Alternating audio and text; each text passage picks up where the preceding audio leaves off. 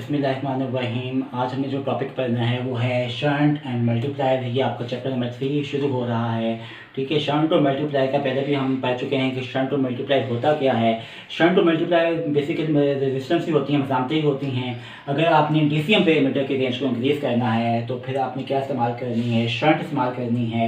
और वो कहाँ पे लगानी है, आपने पैरेलल में लगानी है या मतवाज़ी में लगानी है। ठीक है, और उसकी वैल्यू क्या होगी, बहुत कम होगी। ठीक है, डेफिनेशन क्या होगी, अगर डीसीएम पे मीटर की रेंज को बढ़ाने के लिए उसके मतवाज़ी में या उसके पैरेलल में कम वैल्यू की जो मज़ामत होती है वो कौन सी होती है, शंट होती है। ठीक है, और मल्टीप्लायर क्या होता है कि अगर आपने डीसी वोल्ट मीटर की रेंज को इंक्रीज़ करना है तो फिर उसकी जो सीरीज़ में हम एक मज़ामत लगाएंगे या रेजिस्टेंस लगाएंगे जिसकी वैल्यू क्या होगी, बहुत कम हो, बहुत ज़्यादा होगी।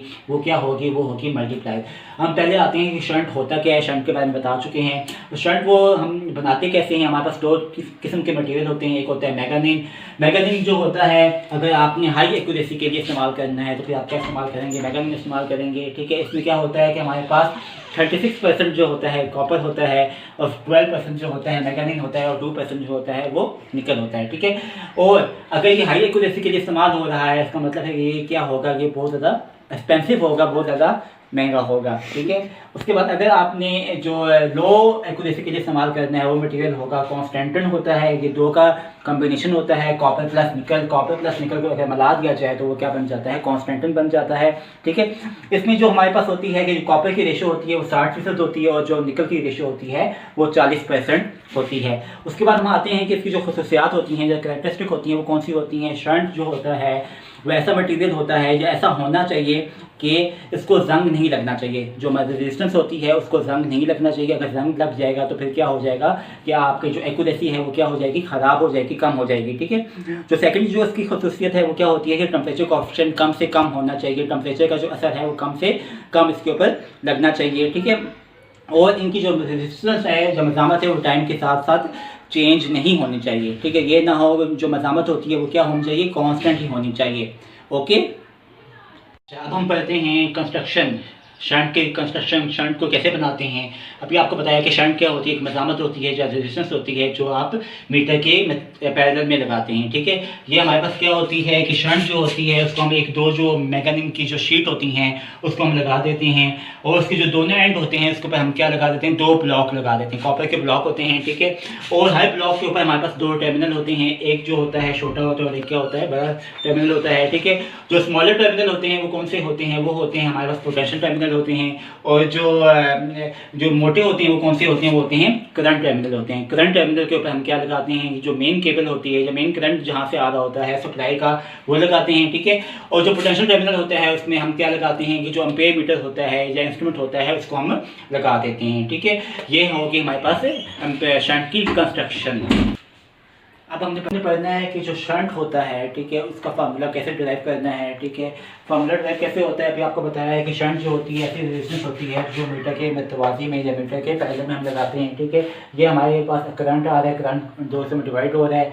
आई किसके बराबर है, I M plus I S H. जो करंट आ रहा है तो करंट को जहाँ पे दो रास्ते मिलते हैं उसका मतलब ये है कि वहाँ पे हमने जो मज़ामतें लगाई हुई हैं वो क्या लगाई हुई हैं, पैरेलल में लगाई हुई हैं या मतवाज़ी में लगाई हुई हैं। ठीक है, तो टोटल जो करंट है आई किसके बराबर है, I M plus I S H. अगर हम इसमें से आई एस एच की वैल्यू निकालें तो वो क्या होगी, आई माइनस आई एम। ये वहाँ पे जाके क्या हो जाएगा, माइनस हो जाएगा, तो आई एस एच हो जाएगा आई माइनस आई एम। अब ये देखें कि हमारे पास जो आर एस एच है और आर एम है वो क्या है, पैरेलल में है। और पैरेलल में हमारे पास जो वोल्टेज होता है वो क्या होता है, सेम होता है। जहाँ पे वोल्टेज, जो इधर वोल्टेज है वही वोल्टेज कहाँ पे होगा, इस साइड पे होगा। इधर जो वोल्टेज है वो क्या है, वी एस एच है, इधर जो वोल्टेज है वो क्या है, वी एम है। वी एस एच बराबर है वी एम। अब हमें पता है ओहम लॉ क्या कहता है कि V बराबर होता है आई आर के बराबर होता है। अगर हमारे पास वी एस एच है तो वो क्या होगा, आई S H R S H. और अगर हमारे पास वी एम है तो वो क्या होगा, आई एम आर एम। ठीक है, हमें किसकी वैल्यू चाहिए, हमें वैल्यू चाहिए आर एस एच की वैल्यू चाहिए। तो हमने क्या करना है कि आर एस एच को एक साइड पे रखना है, बाकी सबको दूसरी साइड पे लेके जाना है। ठीक है, तो आर एस एच इस साइड पे हो गया, ये मल्टीप्लाई हो रहा है, इधर आके क्या हो गया, तो डिवाइड हो गया। आर एस एच बराबर हो है I M R M over I S H. और आई एस एच की वैल्यू हमने निकाली हुई है, वो किसके बराबर है, आई माइनस आई एम वो वैल्यू हमने इधर लगा दी है, तो हमारे पास क्या इक्वेशन बन गई है, आर एस एच बराबर है I M R N over I minus I M. ये तो हमारे पास फार्मूला ड्राइव हो गया। जो इसकी पहली एग्जांपल है वो क्या है कि हमारे उसमें हमें वैल्यू गिवन है, आर एम की वैल्यू भी गिवन है, आई एम की वैल्यू भी गिवन है और आई की वैल्यू भी गिवन है। इसमें जो आई एम की वैल्यू है वो क्या है 40 मिली एम्पेयर, जहाँ पर मिली एम्पेयर आ जाए उसका मतलब होता है कि 10⁻⁻3। ठीक है, अब आपने इसमें क्या करना है कि अब आपने इस फार्मूले में आपने सारी वैल्यूज लगा देनी है और हमारे पास क्या आ जाएगा, आंसर आ जाएगा। ठीक है, इससे जो रिलेट कर रहे हैं न्यूमेरिकल कौन से हैं, क्वेश्चन नंबर एग्जाम्पल नंबर 1 से लेकर एग्जाम्पल नंबर 7 तक, ये आपकी असाइनमेंट नंबर 1 है जो कि आपने सॉल्व करके खुद सॉल्व करनी है और सॉल्व करके आपने मुझे व्हाट्सएप कर देनी है। ठीक है।